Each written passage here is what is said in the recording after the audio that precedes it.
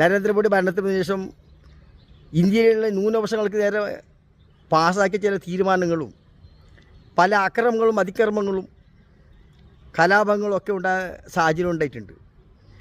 അവിടെയൊക്കെ ഓടി കതച്ചുകൊണ്ട് ഈ അവരെ ഘടകകക്ഷി പോലും അല്ലാത്ത ഈ രാജ്യത്തിലെ ന്യൂനപക്ഷങ്ങളായ മുസ്ലിങ്ങളും ക്രിസ്ത്യാനികളും സംരക്ഷണത്തിന് വേണ്ടി പല ഭാഗങ്ങളിലേക്കും ഓടി നടക്കുന്ന കണ്ടത് ഈ ബൃന്ദാകാരാട്ടിനെയും സീതാറാം യെച്ചൂരിനെയാണ്.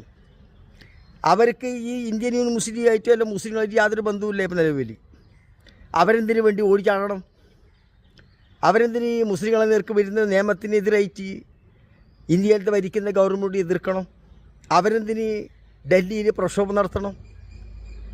പൗരത്വ ബില്ലിൻ്റെ പ്രശ്നം വന്നപ്പം ഡൽഹിയിൽ ബൃന്ദാകാരാട്ടും സീതാറാം യെച്ചൂരിയും പ്രക്ഷോഭം നടത്തി. നിങ്ങൾ എവിടെയെങ്കിലും കോൺഗ്രസിനെ കണ്ടോ?